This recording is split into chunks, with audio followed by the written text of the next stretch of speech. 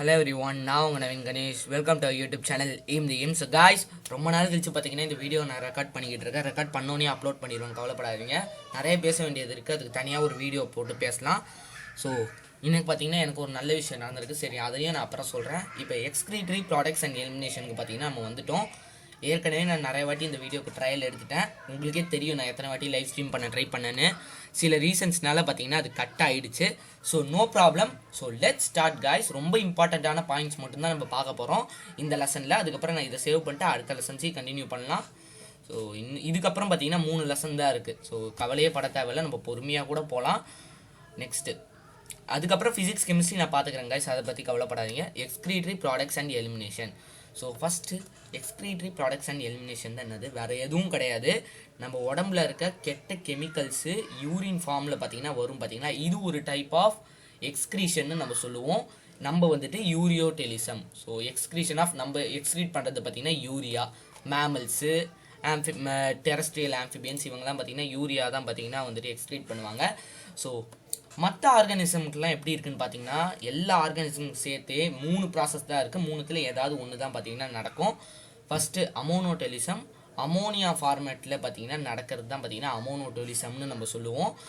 Animals which excrete ammonia are called ammonotelic அனிமல்ஸ்னு நம்ம சொல்லுவோம். And the excretion of ammonia அந்த டேர்ம் பார்த்தீங்கன்னா அமோனோடெலிசம்னு நம்ம சொல்லுவோம். எக்ஸாம்பிள் ஒரு 2 எக்ஸாம்பிள் மட்டும் நல்லா ஞாபகம் வச்சுக்கோங்க. அமீபா, அதுக்கப்புறம் போனி ஃபிஷஸ். ஸோ இதெல்லாம் அமோனோடெலிசமோட எக்ஸாம்பிள்ஸ். நெக்ஸ்ட்டு யூரியோடெலிசம் வேறு எதுவும் கிடையாது, ஹியூமன்ஸ் தான். மேமல்ஸு, டெரஸ்ட்ரியல் ஆம்ஃபிபியன்ஸ், மெரைன் ஃபிஷஸ். அப்புறம் ஸ்லிங்ரேஸ் வேணும் தான் ஞாபகம் வச்சுக்கோங்க. மெயினாக மேமல்ஸ்னு ஞாபகம் வச்சுக்கிட்டா போதும். Excretion of urea is known as ureotelism. Animals which excrete urea are call ureotelic. அந்த டெலிக்ன்ற வார்த்தை இம்பார்ட்டன்ட் கைஸ். ஸோ அதே மாதிரி தான் யூரிகோடெலிக். யூரிகோடெலிக் யாருன்னு பார்த்தீங்கன்னா வந்துட்டு பேர்ட்ஸ்ன்னு சொல்லுவோம் பார்த்தீங்களா, அதுங்கெல்லாம் பார்த்தீங்கன்னா வந்துட்டு யூரிகோடெலிக். ஸோ யூரிக் ஆசிட் ஃபார்மில் பார்த்தீங்கன்னா என்ன சொல்கிறது எக்ஸ்க்ரீஷன் நடக்கும். ஸோ இதெல்லாம் பார்த்தீங்கன்னா வந்துட்டு பேர்ட்ஸுக்கு, மேமல்ஸுக்கு, லிசார்ட்ஸுக்கு, நிறைய இன்செக்ட்ஸுக்கு, மோஸ்ட் ஆஃப் த இன்செக்ட்ஸுக்கு பார்த்தீங்கன்னா யூரிக் ஆசிட் தான் பார்த்தீங்கன்னா எக்ஸ்க்ரீட் பண்ணும். அதனால அதோட பேர் யூரிகோடெலிக் அனிமல்ஸ்னு நம்ம சொல்லுவோம். ப்ராசஸ் பேர் பார்த்தீங்கன்னா யூரியோடெலிசம். ஸோ 3 ப்ராசஸையும் கரெக்டாக எக்ஸ்பிளைன் பண்ணிட்டேன். அமோனோடெலிசம், யூரியோடெலிசம், அப்புறம் பார்த்தீங்கன்னா யூரிகோடெலிசம். ஸோ யூரிகோடெலிசம்லேயும் பார்த்தீங்கன்னா அட்வான்டேஜஸ் அண்ட் டிஸ்அட்வான்டேஜஸ் இருக்குது. அதாவது பேர்ட்ஸுக்கு நான் ரிவர்ஸ்லேருந்து வரேன். யூரிகோடெலிசம். ஸோ இப்போ பேர்ட்ஸ் எடுத்துக்கிட்டிங்கன்னா பேர்ட்ஸோட என்ன சொல்கிறது மோஷன் அந்த மாதிரி நம்ம சொல்லணும். கரெக்டான வேர்டு ரெப்ரசன்ட் பண்ண தரல, ஸோ அதை மன்னிச்சிருங்க கைஸ். ஸோ என்ன சொல்லுவாங்க, சரி விடுங்க, மோஷன்னே வச்சுக்கோங்க, உங்களுக்கு புரியும்னு நினைக்கிறேன். லிக்விட் ஃபார்மேட்டில் வரும், பார்த்துருக்கீங்கல்ல. ஸோ அது பார்த்தீங்கன்னா இல்லை யூரினேஷன் அதுக்கு அந்த மாதிரி சொல்லுவாங்களான்னு இப்போ கூட எனக்கு சத்தியமாக தரல. இப்போ காக்கா வந்துட்டு ஆகிப்போகுதுன்னு வைங்க, இப்படியே நீங்கள் ஞாபகம் வச்சுக்கோங்க. ஸோ நீங்கள் அதில் பார்த்தீங்கன்னா தண்ணி லெவல் பார்த்தீங்கன்னா ரொம்ப கம்மியாக இருக்கும். உண்மையை சொன்னோம்னா ரொம்பவே கம்மியாக இருக்கும். கிட்டத்தட்ட பார்த்தீங்கன்னா சாலிடில் தான் இருக்கும். ஸோ ஏன் அந்த மாதிரி இருக்குது, அது வாட்டரை கம்மியாக யூஸ் பண்ணுது. ஸோ இப்போ என்ன சொல்கிறது, இப்போ பறவைனா பறக்கிறதுக்கு பார்த்தீங்கன்னா எனர்ஜி தேவை. ஸோ அதுக்கும் பார்த்தீங்கன்னா வாட்டர் அதிகமாக யூஸ் ஆகும். இந்த மாதிரி விஷயத்தினால பார்த்தீங்கன்னா அதுக்கு வந்துட்டு யூரிக் ஆசிட் ஃபார்மில் ரிலீஸ் பண்ணுறது தான் பார்த்தீங்கன்னா நல்லது. ஆனால் யூரிக் ஆசிட் ஃபார்மில் ரிலீஸ் பண்ணால் எனர்ஜி தேவைப்படும் அதிகமாக, வாட்டர் கம்மியாக தேவைப்படும். அமோனோடெலிசம்க்கு அதோட ஆப்போசிட்டு. ஸோ வாட்டர் பார்த்தீங்கன்னா எக்கச்சக்கமாக தேவைப்படும் அமோனோடெலிசம்க்கு. டாக்ஸிக் கூட எனர்ஜி கம்மியாக தேவைப்படும். யூரியோடெலிசம் பார்த்தீங்கன்னா ரெண்டுமே ஈக்குவலாக இருக்கும். நமக்கு பார்த்தீங்கன்னா நம்ம பாடி கண்டிஷனுக்கு அதுதான் சூட் ஆகும். ஸோ டாக்ஸிசிட்டியும் ஓரளவுக்கு கம்மியாக இருக்கும். அது மட்டும் இல்லாமல் வாட்டரும் ஓரளவுக்கு தான் எடுத்துக்கும். என்ன சொல்கிறது 50 mlன்னு நம்ம சொல்லலாம்.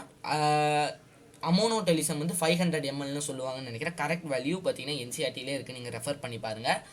ஸோ அந்த வாட்டர் அளவும் ஒரு மீடியமில் இருக்கும். அது மட்டும் இல்லாமல் எனர்ஜியும் மீடியமாக யூஸ் பண்ணும். ஸோ நம்ம யூரியோடெலிக் அனிமல்ஸ் எக்ஸ்பிளைன் பண்ண அதிகமான டைம் எடுத்ததுக்கு மன்னிச்சிருங்க. நிறைய பேருக்கு இது புரியாமல் இருக்கும்.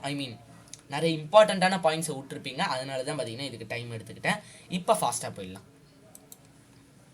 நெஃப்ரான்ஸ் தான் வேறு எதுவும் கிடையாது. Structural and functional unit of kidney தான் பார்த்தீங்கன்னா நம்ம நெஃப்ரான்னு நம்ம சொல்லுவோம்.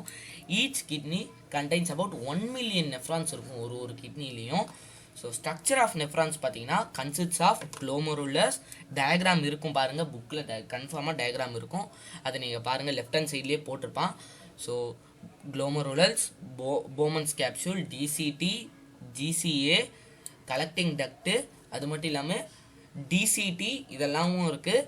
ஸோ அது வரும், நம்ம பார்க்கலாம். இது ஜஸ்ட் அந்த ஓவராலாக சொல்லியிருக்காங்க. ஸோ ஸ்ட்ரக்சர் ஆஃப் கிட்னி பார்த்தீங்கன்னா size 10 to 12 centimetre in லென்த்துங்க. With பார்த்தீங்கன்னா 5 to 7 சென்டிமீட்டர். அது மட்டும் இல்லாமல் திக்னஸ் தான் என்ன சொல்கிறது, ஓகே திக்னஸ் தான் உங்களுக்கு புரியும்னு நினைக்கிறேன்.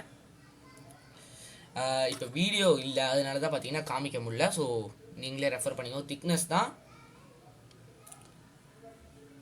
இப்போ ஒரு பென் எடுத்து பிடிச்சிக்கிட்டிங்கன்னா அது எவ்வளோ ஏரியா ஆக்குப்பை பண்ணியிருக்குன்னு ஒரு சைடு வழியாக பார்ப்பாங்க பார்த்தீங்களா, அதுதான் பார்த்தீங்கன்னா நம்ம திக்னஸ்னு நம்ம சொல்லுவோம். ஸோ கரெக்டாக எக்ஸ்பிளைன் பண்ணுவோம்ல, சாரி கைஸ். ஸோ நீங்கள் ஞாபகம் வச்சுக்கோங்க, 10 to 12 centimetre length, 5 to 7 centimetre width, 2 to 3 centimetre பார்த்தீங்கன்னா திக்னஸ் இருக்கும். ஆவரேஜ் வெயிட் பார்த்தீங்கன்னா 120 to 170 கிராம்ஸ் இருக்கும். The blood vessels, ureter, nerves enter in kidney through hilum வழியாக தான் பார்த்தீங்கன்னா கிட்னிக்குள்ளே என்டர் ஆகும். So outer layer is a tough capsule. பார்த்தீங்கன்னா கேப்சூல் ஃபார்மேட்டில் இருக்கும் outer layer. Outer zone of kidney தான் பார்த்தீங்கன்னா நம்ம வந்து கார்டெக்ஸ்ன்னு நம்ம சொல்லுவோம். இன்னர் லேயரை நம்ம மெடுலான்னு சொல்லுவோம் கைஸ். ஸோ மெடுலாவே பார்த்தீங்கன்னா வந்துட்டு டிவைட் ஆகிருக்கும் ஃபியூ கானிக்கல் மாசஸாக. அது வந்து பார்த்தீங்கன்னா இப்போ நீங்களே பார்த்தீங்கன்னா டயக்ராம் எடுத்து வச்சுக்கோங்க. என்கிட்ட என்சிஆர்டி இப்போ வச்சுக்கிட்டு இல்லை புக்கு, அதனால தான் பார்த்தீங்கன்னா சொல்ல முடியல. ஆனால் எப்படி இருக்குன்னு பார்த்தீங்கன்னா நீங்களே பாருங்கள், மெடுலா ரீஜன்லேயே பார்த்தீங்கன்னா 5 டைப்ஸாக டிவைட் ஆகி போகும். அது வேறு எதுவும் கிடையாது. Divided into few conical shape masses projecting into calyces. So அதுதான் பார்த்தீங்கன்னா மெடுலா.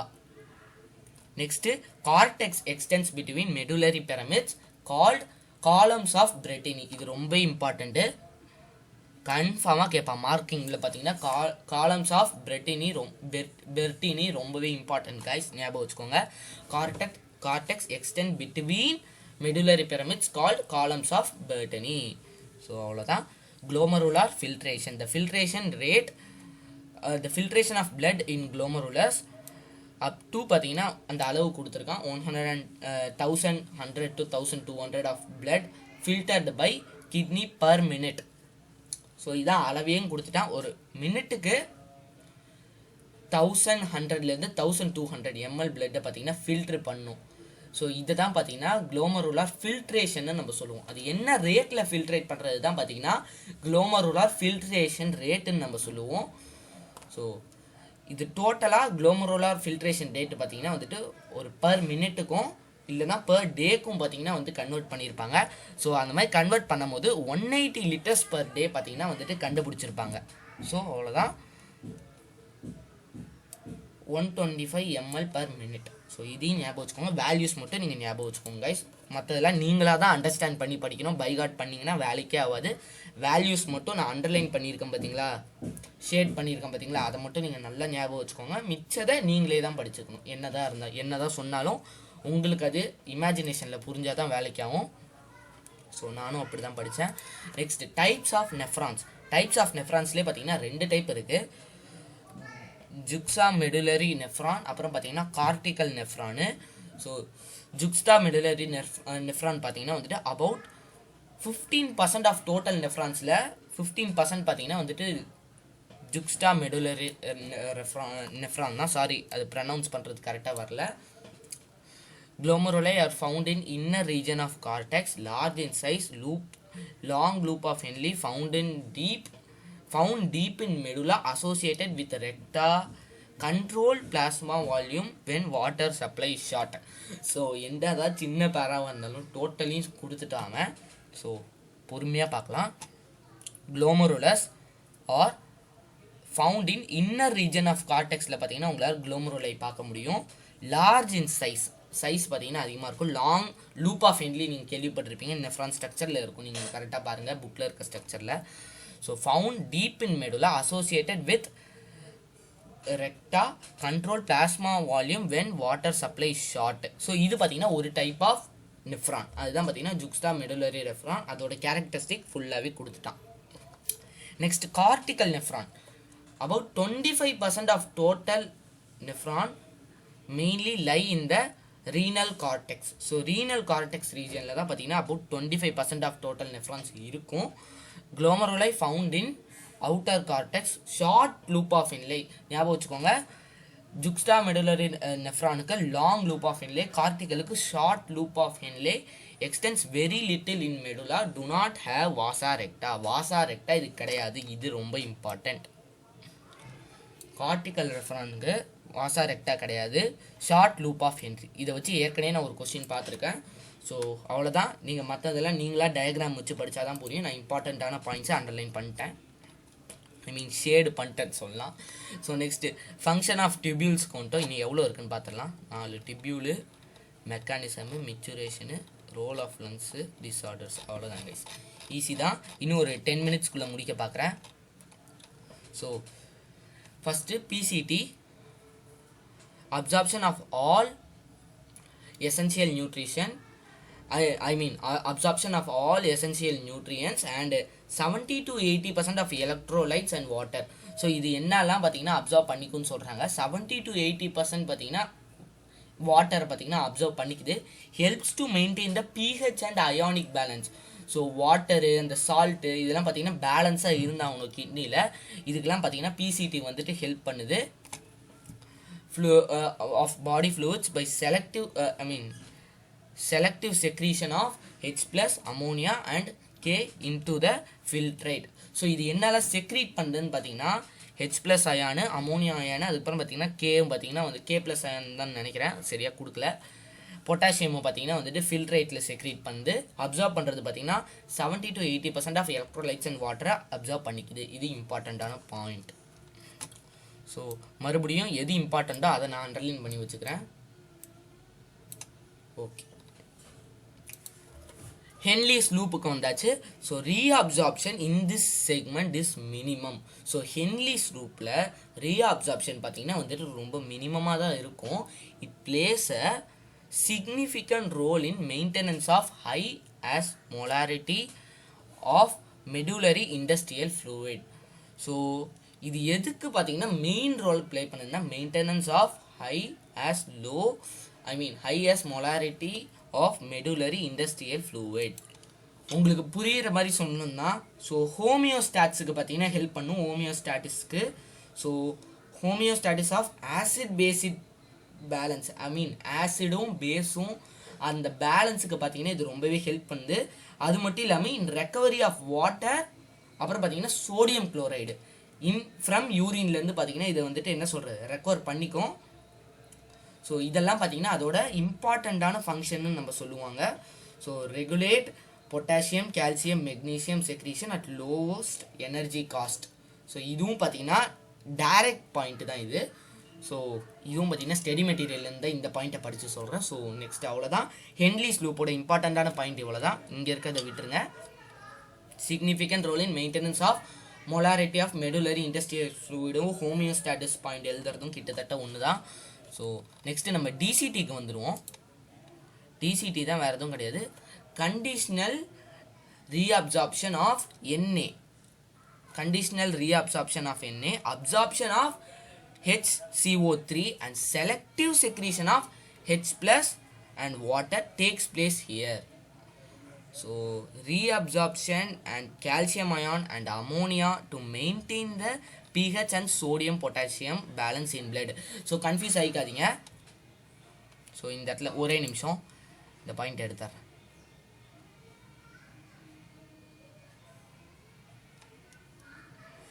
ஓகே, இவங்க வந்து கிளியராக கொடுக்கணும். பார்த்தீங்கன்னா சில வேர்ட்ஸ் ஸ்கிப் ஆன மாதிரியே இருக்குது எனக்கு. ஸோ அதை விட்டுருங்க guys. Reabsorption of potassium and ammonia to maintain pH and sodium potassium பேலன்ஸையும் பார்த்தீங்கன்னா இந்த டிசிடி பார்த்தீங்கன்னா மெயின்டைன் பண்ணிக்குது. கண்டிஷனல் ரீஅப்சார்ப்ஷன் ஆஃப் சோடியம் பார்த்தீங்கன்னா அப்சார்ப் பண்ணிக்கும். அது மட்டும் இல்லாமல் absorption of HCO3 and selective secretion of H plus ions and water takes place here. So இதெல்லாம் பார்த்தீங்கன்னா வந்துட்டு டிசிடியில் நடக்கும். கிளியராக சொல்லணும்னா ஒரு பாயிண்ட் ஞாபகம் வச்சுக்கோங்க, சோடியம் பொட்டாசியம் பேலன்ஸ் இன் பிளட்டை பார்த்தீங்கன்னா சோடியம் பொட்டாசியம் பேலன்ஸ் இது பார்த்தீங்கன்னா கண்ட்ரோல் பண்ணுது. So conditional reabsorption of sodium. So இன்னும் கிளியராக வேணும் தான் நீங்கள் புக்கில் தயவு செஞ்சு இன்னொன்று வாட்டி போய் பாருங்கள். என்கிட்ட NCERT இல்லாதது தப்பாக போச்சு, ஆனால் இப்போ சொல்லியிருக்க பாயிண்ட் வரைக்கும் கரெக்டு தான். ஸோ இந்த 2 பாயிண்ட்டையும் பார்த்தீங்கன்னா ஞாபகம் வச்சுக்கோங்க. யா ஒருவேளை இப்போ வந்துட்டு என்சிஆர்டி இல்லைனா நீங்கள் கவலை பண்ணணும்னு அவசியமே கிடையாது. நிறைய பேர் வந்து கேட்டிங்க என்கிட்ட ஏற்கனவே என்சிஆர்டி தான் ஃபாலோ பண்ணமான்னு.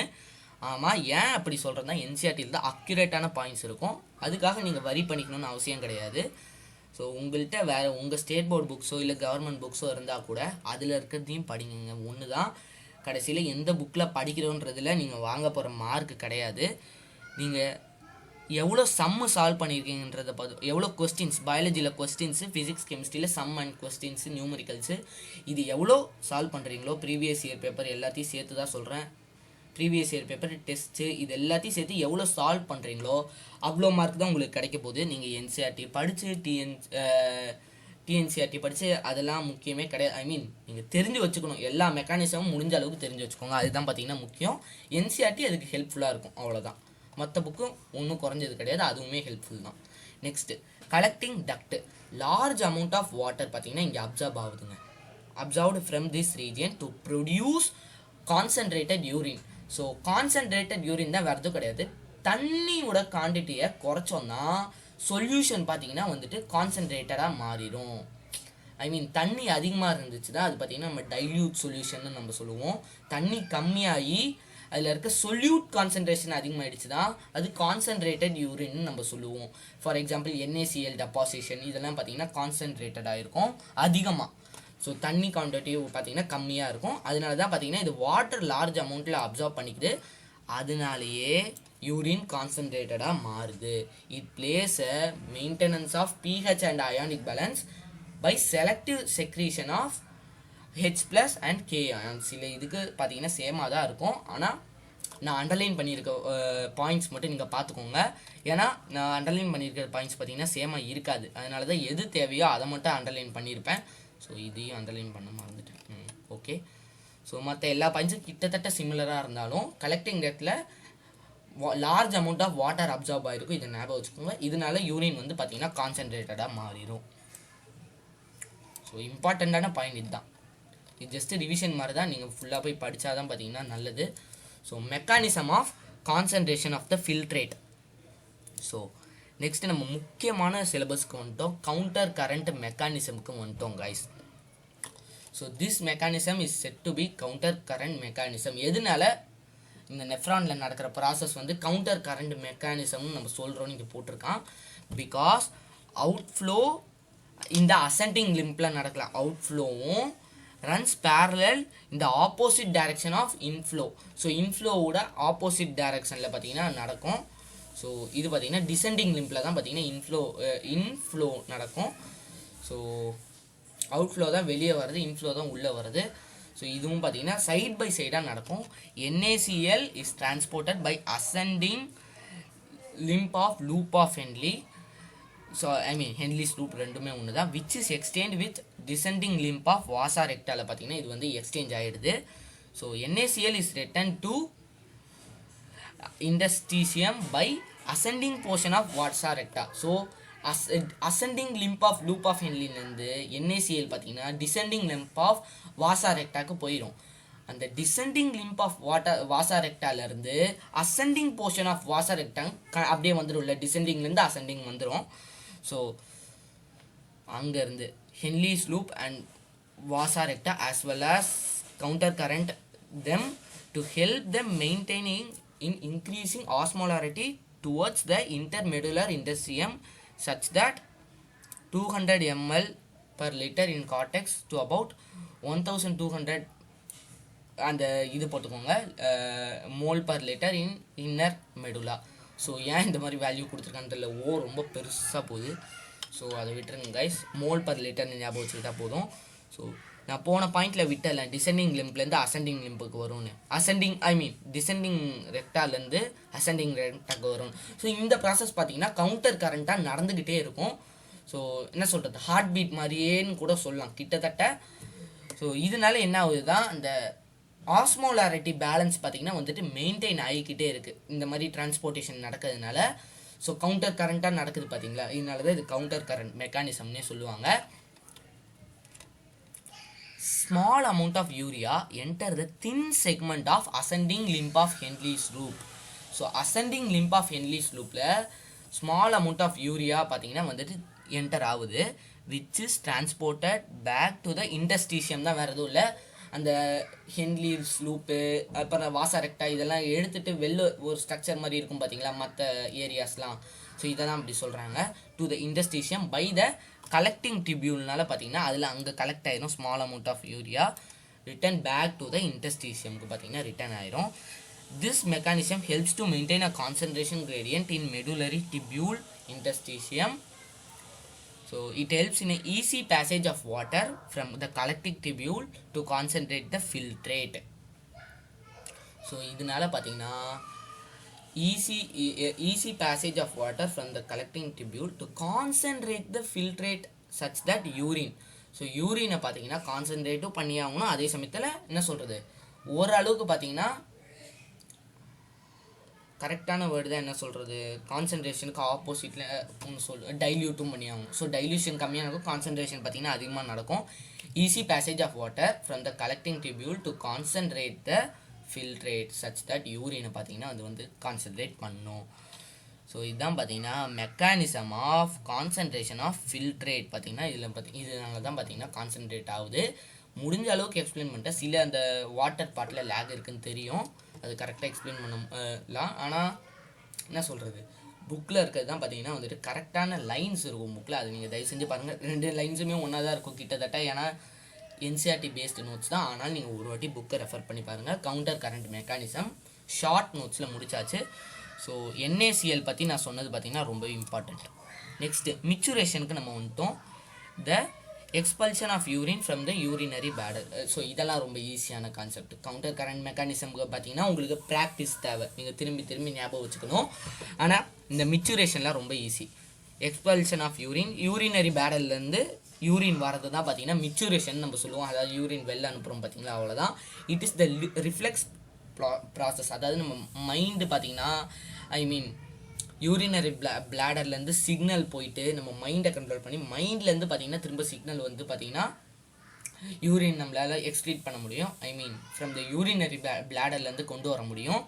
ஸோ இது சின்ன பசங்களுக்கு பார்த்தீங்கன்னா கொஞ்சம் கஷ்டம். என்ன சொல்கிறது 1 year 2 year ஓல்டுக்கெலாம் ரொம்பவே கஷ்டம். அவங்களே பார்த்தீங்கன்னா அவங்களுக்கு தெரியாது எந்த நேரத்தில் வந்து கண்ட்ரோல் ஆகணும், அவங்களால அது கண்ட்ரோல் பண்ண முடியாது முடிஞ்ச அளவுக்கு. அதுக்கப்புறம் நீங்கள் வளர அந்த கண்ட்ரோல் உங்களுக்கு கன்ஃபார்மாக கிடைக்கும்.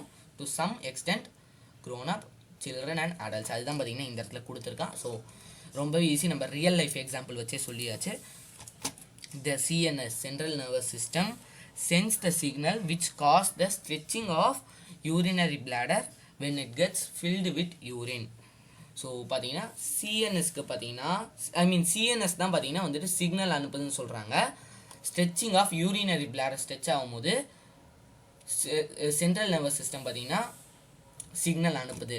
ஸோ அது நம்ம ஸ்பைனல் கார்ட் ஏரியாஸில் இருக்கும். So in response the stretch receptor on the walls of the bladder sense signal to CNS.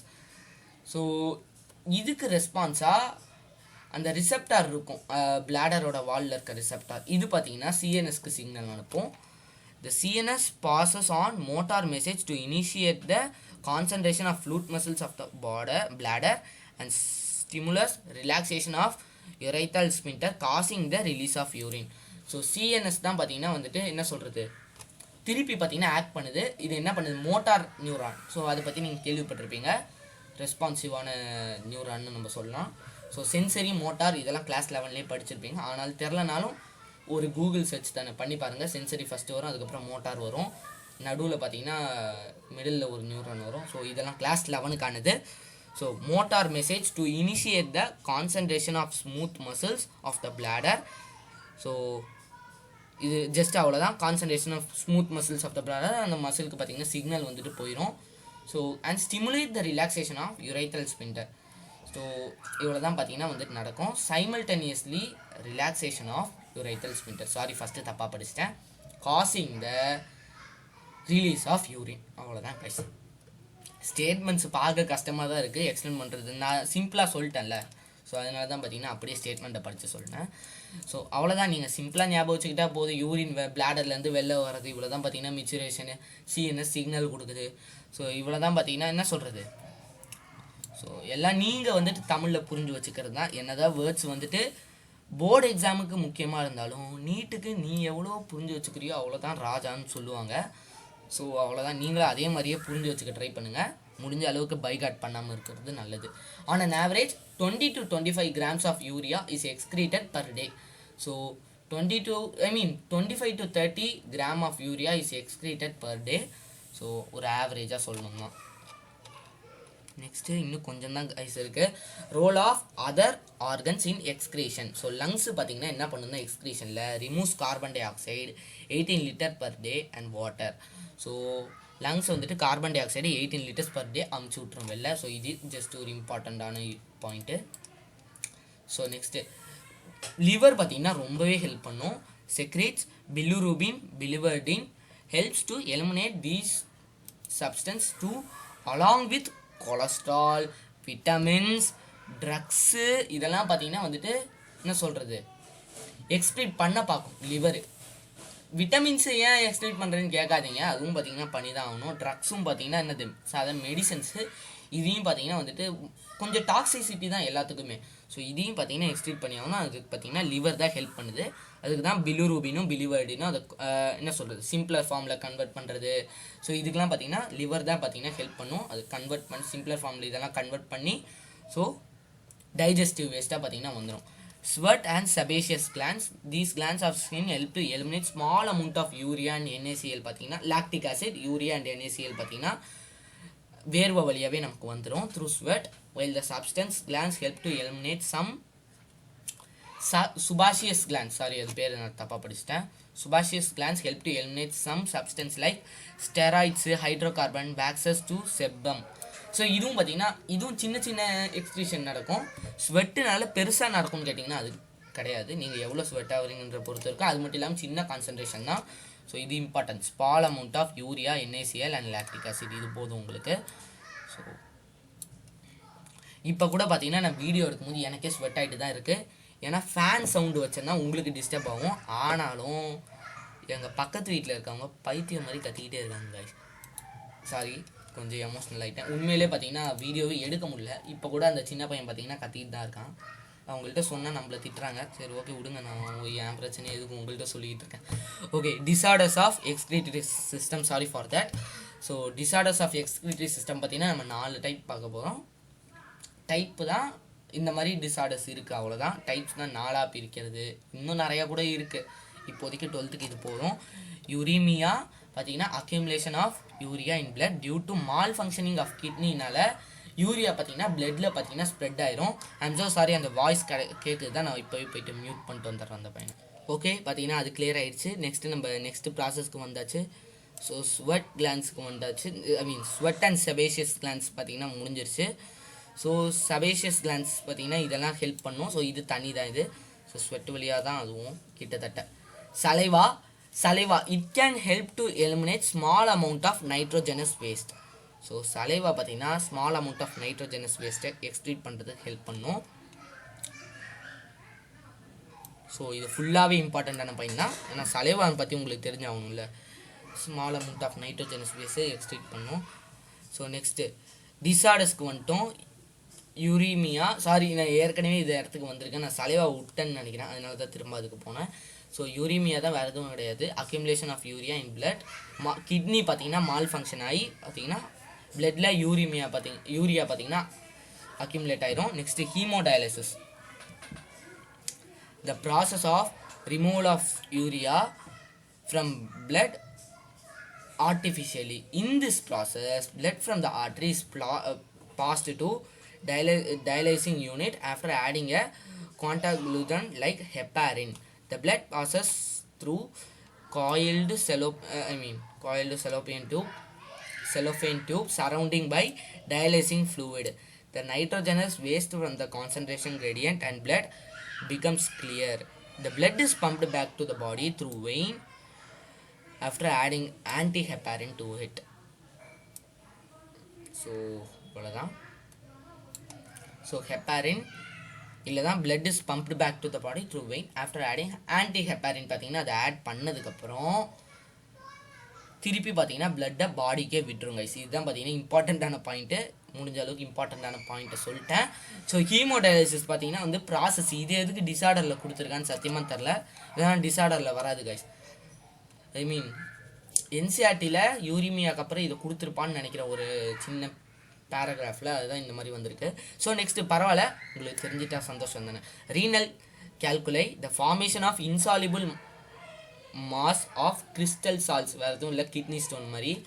So formation of insoluble mass of crystallized salts oxalate or phosphate of calcium. So calcium concentration அதிகமான நடக்கும். So oxalate and or phosphates of calcium. So கொஞ்சம் out of கான்டெக்ஸ்டில் சொல்லணும்னா என்ன சொல்கிறது, இப்போ பால் நம்ம குடிப்போம் தெரியுமா. ஸோ பால் குடிக்கும் போது குடித்தாதான் வளரும்னு சொல்லுவாங்க. ஸோ ஆனாலும் அந்த கான்சன்ட்ரேஷன், அந்த கால்சியம் மில்கில் இருக்க கால்சியம் கான்சன்ட்ரேஷன் இதெல்லாம் நம்ம பாடி அதிகமாக எடுத்துக்கிச்சு தான் டைஜஸ்ட் பண்ண முடியாது. எந்த அளவுக்கு அந்த கால்சியம் நம்ம போன்ஸுக்கு ஹெல்ப் பண்ணுதோ அதே அளவுக்கு கூட பார்த்திங்கன்னா அந்த அதில் இருக்க பாஸ்பேட்டு ஆக்சலேட்ஸு. ஸோ கால்சியம் தான் Ca2+ அந்த மாதிரிலாம் அயன்லாம் வராது, சேர்ந்து தான் வரும். கால்சியம் பாஸ்பேட் இப்படி தான் வரும். ஸோ அதெல்லாம் பார்த்திங்கன்னா டைஜஸ்ட் பண்ணுறதுக்கு கொஞ்சம் கஷ்டம், ஐ மீன் எலிமினேட் பண்ணுறதுக்கு கொஞ்சம் கஷ்டமாக இருக்கும். ஸோ இதெல்லாம் பார்த்திங்கன்னா சால்ட்டாக, ஒரு கிறிஸ்டலைட் சால்ட்டாக வந்து மாறிடும், கிட்னியில் பார்த்திங்கன்னா வந்து உட்காந்துரும். ஸோ ரீனல் கேல்குலேன்னு நம்ம சொல்லுவோம். ஸோ கிட்னி ஸ்டோன் நீங்களே கேள்விப்பட்டிருக்கீங்க, கிட்டத்தட்ட அந்த மாதிரி தான். நெக்ஸ்ட்டு குளோமருலர் நெஃப்ரைட்டிஸ், ஓகேவா, குளோமருலார் நெஃப்ரைட்டிஸ். ஸோ கரெக்டாக படிச்சுட்டேன்னு நினைக்கிறேன். Inflammation of glomeruli of kidney, sorry கைனின்னு போட்டு வச்சுருக்கான். நான் கிடையாது கைஸ், அது இந்த மாதிரி தான் இருக்குது சில ஸ்பெல்லிங்கு. ஸோ எந்த நோட்ஸுமே பர்ஃபெக்ட் இல்லையா, அதனால தான் எந்த நோட்ஸுமே பர்ஃபெக்ட் கிடையாதுன்னு சொல்ல வந்தேன். Inflammation of glomeruli of kidney. So கிட்னியில் இருக்க குளோமரை இன்ஃப்ளமேட் ஆகிரும், ஐ மீன் பொங்கி வரும்னு சொல்லுவாங்க தெரியுமா, ஸ்வெல் மாதிரி இல்லைனா அடிபட்டு போய் இந்த மாதிரி, இதெல்லாம் பார்த்திங்கன்னா இன்ஃப்ளமேஷன், வீங்கி போய் இந்த மாதிரி. ஸோ கரெக்டான மீனிங் பார்த்திங்கன்னா இந்த மாதிரி தான் இருக்கும். நீங்கள் புரியலன்னா ஒரு வாட்டி கூட நெட்டில் சர்ச் பண்ணி பாருங்கள். இங்கே என்ன சொல்கிறது, பெரிய பெரிய வார்த்தை தான் கொடுக்கும், அவ்வளோதான். ஸோ ஜென்ரலாக இன்ஃப்ளமேஷன் தான் நான் என்ன படிச்சிருக்கேன்னு பார்த்தீங்கன்னா, ஸ்வெல் ஆகி ரொம்ப என்ன சொல்கிறது ரெட் கலரில் மாதிரி பெயின்ஃபுல்லாக இருக்கும், அப்படியே இன்ஜுரி மாதிரி, இன்ஃபெக்ஷன் மாதிரி சொல்லலாம். இது எல்லாமே கலந்து வர்றது தான் என்னது இன்ஃப்ளமேஷன் நம்ம சொல்லுவோம். So inflammation of glomeruli of kidney பார்த்திங்கன்னா இந்த மாதிரி இன்ஃப்ளமேட் ஆகிருக்கும். ஸோ இதுதான் குளோமருலர், அந்த பேர் வந்திருக்கு பாருங்கள், நெஃப்ரைட்டிஸ். ஸோ அதெல்லாம் பார்த்திங்கன்னா நெஃப்ரைட்டிஸ் தான் பேர், குளோமருலே ஆஃப் கிட்னியில் நடக்கணும், குளோமருலே நெஃப்ரைட்டிஸ்னு வச்சுருப்பாங்க. ஸோ இது ஒரு என்ன சொல்கிற வைல்டு கேஸ்லாம் கிடையாது, அதுதான் அந்த மாதிரி தான். ஸோ கைஸ் அவ்வளோதான், முடிஞ்சிருச்சு. டிஸார்டர்ஸ் ஆஃப் எக்ஸ்க்ரீட்டரி சிஸ்டமும் பார்த்திங்கன்னா முடிச்சிட்டேன். தெரியும் லாங்காக போச்சு, 2 பேஜாக இருந்தாலும் லாங்காக எடுத்தேன்னு தெரியும். பட் சம்டைம்ஸ் பார்த்திங்கன்னா என்ன சொல்கிறது, எக்ஸ்ப்ளனேஷன் இஸ் நீடட்னு நான் சொல்லுவேன். இந்த மாதிரி லெசனுக்கு ரொம்பவே இம்பார்ட்டண்ட்டான லெசன். ஸோ 12th பார்த்திங்கன்னா ரொம்பவே மோசமாக இருக்குது எனக்கு. என்ன சொல்கிறது, இந்த பேஸ்டாக இல்லாமல் நெக்ஸ்ட்டு ஜெனட்டிக்ஸு. ஸோ புதுசாக இருக்குது கைஸ், நீங்களே 12th படிக்கும் போதே தெரிஞ்சுப்பீங்க. இப்போ நீங்கள் 12th இருந்தீங்கன்னா உங்களுக்கே தெரியும், கொஞ்சம் வித்தியாசமாக இருக்குது. ஸோ அது பார்த்துட்டு இதை அப்படியே ரிவிஷன் பண்ணாமல் வந்து சொல்கிறது, என்ன சொல்கிறது, நானும் டைம் எடுத்துக்கிட்டு தான் இதை உங்கள்கிட்டே வந்து சொல்கிறேன். எத்தனை இடம் டேக்குன்னு தரல. ஸோ 33 minutes ஆயிடுச்சு. I'm so sorry. நெக்ஸ்ட் டைம்லேருந்து டைமை கம்மி பண்ணிக்கிறேன். ஸோ மறுபடியும் அந்த பசங்க கட்ட ஆரம்பிச்சிட்டாங்க கைஸ். அடுத்த வீடியோவில் வந்து சந்திக்கிற வரைக்கும் ஸ்டே டியூன், பை பாய். உங்களுக்கு ஒரு குட் நியூஸ் இருக்குது, எனக்கு ஐ மீன் என்னோட குட் நியூஸ் இருக்குது, அதையும் பார்த்தீங்கன்னா வீடியோ ஷேர் பண்ணுறேன். ஓகே பாய் கைஸ், பாய் பாய். ஏதாவது டவுட்டுனா இல்லை நான் ஏதாவது மிஸ்டேக் பண்ணியிருந்தேன்னா தாராளமாக கமெண்ட்டில் சொல்லுங்கள், நான் பின் பண்ணி வச்சுருவேன். நீங்களும் இந்த வீடியோ பார்க்குறீங்கன்னா தயவு செஞ்சு பின்டு கமெண்ட் ஒரு வாட்டி வந்து பார்த்துருங்க. யார் வேணால் மிஸ்டேக்ஸ் பண்ணலாம்ல. ஸோ எனக்கும் பார்த்தீங்கன்னா சம்டைம்ஸ் மிஸ்டேக் நானும் பண்ணுவேன். ஸோ அதனால தான் மோஸ்ட் ஆஃப் த டைம்ஸ் இருக்காது. ஓகே 34 minutes முடிக்கலான்னு பார்க்குறேன். ஸோ கைஸ் அதுதான். ஓகே அடுத்த வீடியோவில் வந்து சந்திக்கிற வரைக்கும் ஸ்டே டியூன், பாய் பாய் கைஸ், பை பாய்.